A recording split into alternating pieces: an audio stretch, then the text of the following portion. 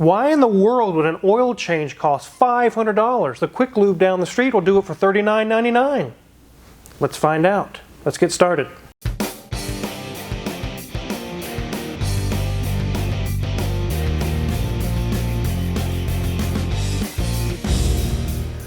Unfortunately, the quick lube down the street from your house probably will not accept a 2016 Lamborghini Aventador LP750 SV. I highly doubt they will even allow it into their bay for $39.99, I guarantee it. This one is a local person who owns this. It keeps it in very, very good shape. It's just here for an oil change, and that's it. Just keeping up on the maintenance, keeping everything good and going. It's actually been in the shop a while back. We did a battery, which this time around it doesn't need a battery. It's time for an oil change. We definitely wanted to do a video today for you guys to show you how beautiful this car is, let you check out the interior, and how the oil change on here is actually kind of crazy. Let's take a look around this thing. There's the front of this Aventador. It looks like a stealth bomber or something. It looks amazing. All the angles on it are really, really cool. It does have kind of a sheen to the paint because it has a protective coating on every square inch of this car. And as we go around to the side, you can see it has knockoff wheels. There are no lug nuts. It just has a center single type of a nut that holds it on. And there's a serious air intake there that goes to some sort of radiator coolant to keep the engine nice and cool. The angles on this car are insane. It's very beautiful as well. The name of the game of this car is carbon fiber. It is everywhere. Carbon fiber, carbon fiber, more carbon fiber. I wouldn't be surprised if the entire body is carbon fiber. It even has beautiful glass louvers that allow air out, hot air to escape, but doesn't hide the fact of such a beautiful engineered piece of equipment is under the glass. 750 horsepower V12. I actually had someone come through the other day that looked at this and said, "What is this squiggle line?" It's just like a random thing. I was like, "Bro, that's SV. That means SV." Oh, so that's what's going on there, and you can see a tons more carbon fiber. Even the fuel filler lid actually looks like a stealth type of a thing. It looks really cool. And my good friend Leo, who has the silver Lamborghini Murcielago, he does not own this vehicle, but he did make a comment. He said, "You know you've made it in life when your doors open like this." Very, very cool. So let's see what's in the frunk. Not much, just an empty storage area. Has a little kit down there, a little strap, and also a 12-volt plug-in. Not a whole lot of room, but you could put some luggage up here. Look at all these cool edges and corners. It is so cool. Anyways, let's go to the business end of this thing. Let's open our really cool louvered glass lid here to reveal our 6.5 liter, 750 horsepower V12. And for those of you that says my Hellcat has that kind of power, you have to remember this one doesn't have a turbo or a supercharger. It has that kind of power naturally aspirated. Your Hellcat does not have that kind of power. One thing that's really cool is the suspension for the rear. It doesn't have the struts and shocks up and down like this. They're actually sideways. You can see them, the red springs there. It says BWI group on it. And while many cars today don't come with a dipstick, fortunately, the Lamborghini does. The Lamborghini comes with a dipstick? Yes, it has one right here. Look at that, an actual dipstick. It looks really hard to work on. It's actually not, because imagine stuffing a big V8 or a V10 into a small front engined car. You can't get to anything. But on these, you can actually reach quite a bit. As soon as you move some pipes and things out of the way, and from underneath especially, you can get to a lot. There's a lot of room.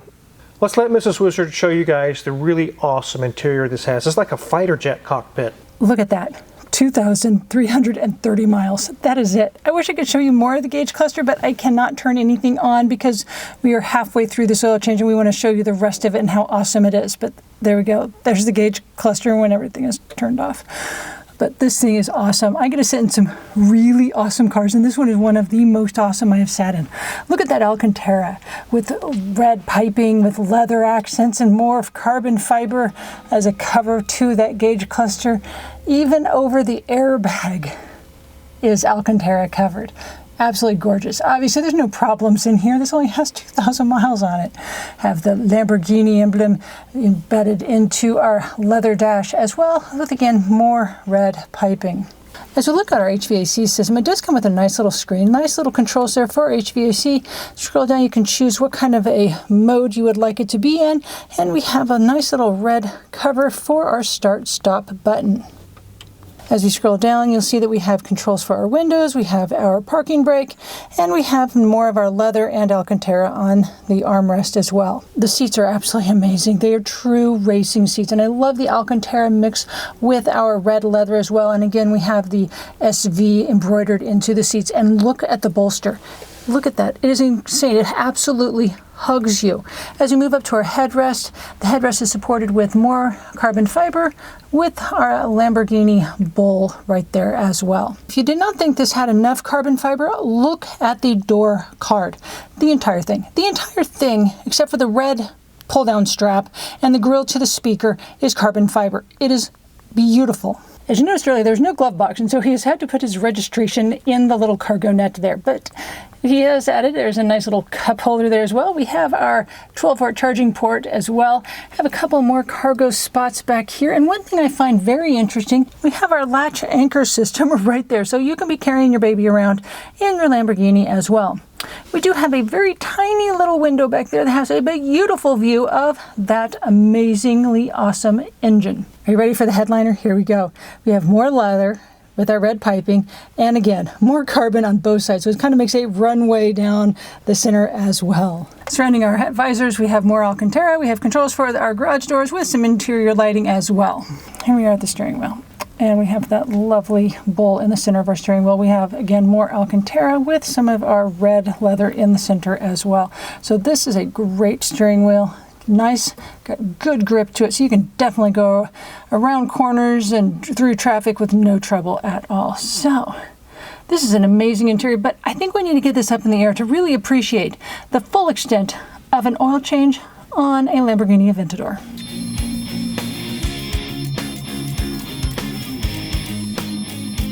The name of the game under here is going to be aerodynamics. You can see all kinds of ducts. That's what those are called, those little triangular shaped air intakes in ACA, ducts. And that funnels air into places for cooling. But other than that, it's just this kind of a fabric-y type underbelly. There's not much to see really without taking this all down. But let's check out the brakes. With only 2,300 miles on it, everything looks brand new. CV shafts, ride height sensor, pads. It's basically brand new. Same story here. We do check anyways, even though it has low miles. You never know what you're going to find, but everything looks good. No leaks. Nothing serious going on. I mentioned earlier that this whole car very likely is carbon fiber, and there's a ton of it even under the car. Let's take a look. All this weaving you see here, these are all carbon fiber panels that have been placed together. The entire bottom, this panel here, is carbon fiber. Inside this duct, we do see a front drive shaft because it is all-wheel drive. It is an LP750-4, which means it is basically 4 wheels drive. This one is diverting air directly into this cooling fins here. Most cars you think of, the engine would be right here, the transmission's further back, right? No, it's backwards, just like a Murcielago. The engine is back there. The transmission sits behind the engine forward in the car, which means under your armrest when you're driving, there's your transmission down there, even though the engine's way in the back. And then it has a drive shaft going to the front, and it has a transaxle, kind of a shaft that goes through right here. This is the rear drive shaft that goes back to the rear wheels. There is one small panel to remove. We already removed it for oil changes and services and things, and we've removed that out of the way. You can see you can get to a lot of things to work on this engine. It's not terrible as you would think it is. But the oil change is not fun on this. So I'm gonna get things set up. I wanna show you the oil change on this. This thing has 14 quarts of oil, and it's special oil. It's $15 per quart.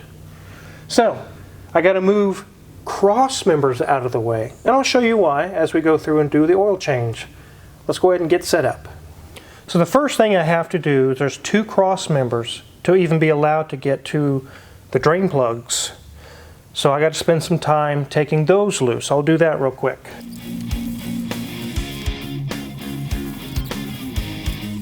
So that's cross member number 1, which is this one, undone, so I can move it out of the way. I have one more cross member to go, which is a smaller one. Let me get that one loose.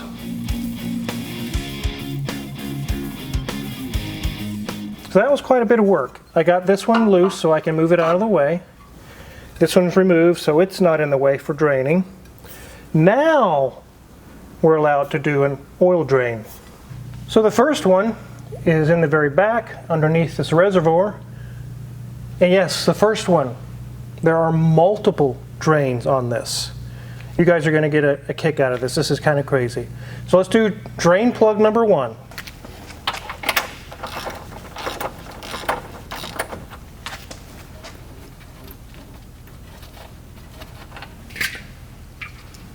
There's number 1. Let's go ahead and let that drain. So this is the main drain that's underneath the reservoir up there, but there are multiple others. It's a dry sump system, so most of the oil is not contained in the oil pan per se.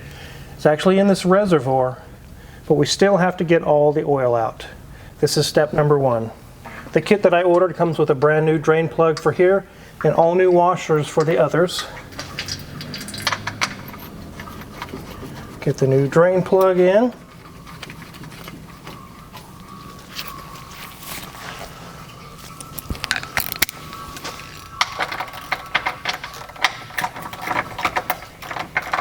And I'll get my torque wrench to get that torqued.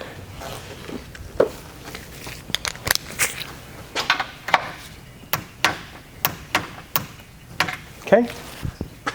But wait, there's more. In the sump we have several here. We'll start with drain plug number 2, which is a triple square or XEN fastener. It's 12-point Torx.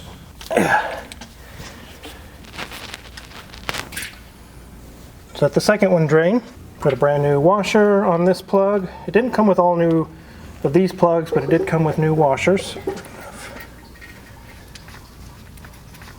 Get this one torqued back on. But wait, there's more. Let's move on to number 3. And we'll move this out of the way because this cross member's hiding this drain plug. These things are tight. Way tighter than I'm torquing them to the 10 foot-pounds. Let that one drain.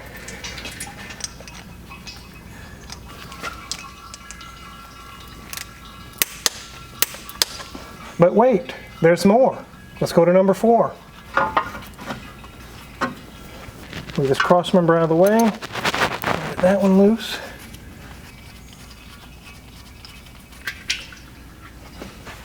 Our washer stuck to the top here. New washer.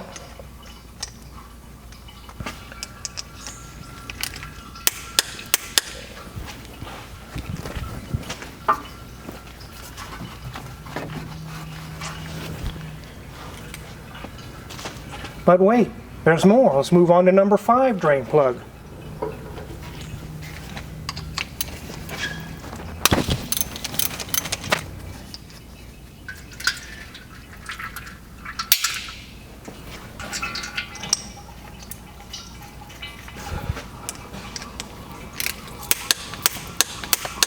But wait, there's more. This is not an oil drain plug here. This is actually coolant. But this one, number 6, is a drain plug. 6 drain plugs. There you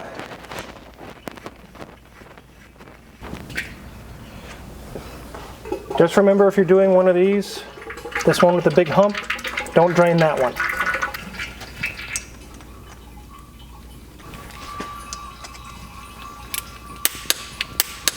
Now we're still not done. We have the oil filter to do. Let's move on to that one. This is very likely, I'm pretty sure it's the first oil change it's ever had. These are supposed to be 10 foot-pounds, but as you saw when I went to break them loose, it was a lot more than that. But they're all torqued up now. I'm going to do the oil filter, which is probably going to be stupid tight. It is, so I got some pliers for that. I don't care if I hurt the oil filter because it's going in the trash anyway.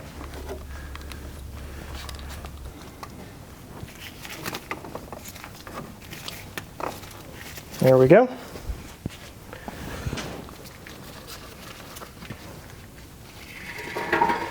More draining. We're still draining. By the way, you can't go get these at your local parts stores. It's a UFI OEM filter that's supposed to go on these. They're like 50 or 60 bucks. So part of that $500, 15 quarts of oil and a $50 oil filter. We haven't even done any work yet.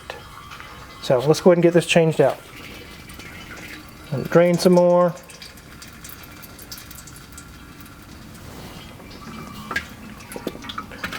If you watched a recent video we did, we had a police car in here where the oil filter was double gasketed and it was leaking really bad. Especially on a vehicle like this, you don't want to make that mistake. You could cook the engine. Our gasket is still attached to the oil filter and we visually see it is no longer attached to the flange up there. So, very good. So we'll take a little bit of oil from our engine and put it on the gasket. Some on the threads. This just needs to be on hand tight, like that. I've seen people use big wrenches and tools and just really crank these things, and then the next guy that does the oil change, like you just saw, has to get the big equipment out just to get the oil filter off, and it really makes mechanics angry when they have to do that. So hand tight. That's good. That was a lot of oil and a lot of work. As you can see, you don't take this to the quick lube and in 15 minutes zip it with power tools and this is not what you do to one of these cars. That's why it's not $39.99. It's very expensive. Let's get this thing back on the ground. I'm going to let Danielson take over from here. He can put those cross braces back on, get it filled with the proper oil, and reset the maintenance minder on the car.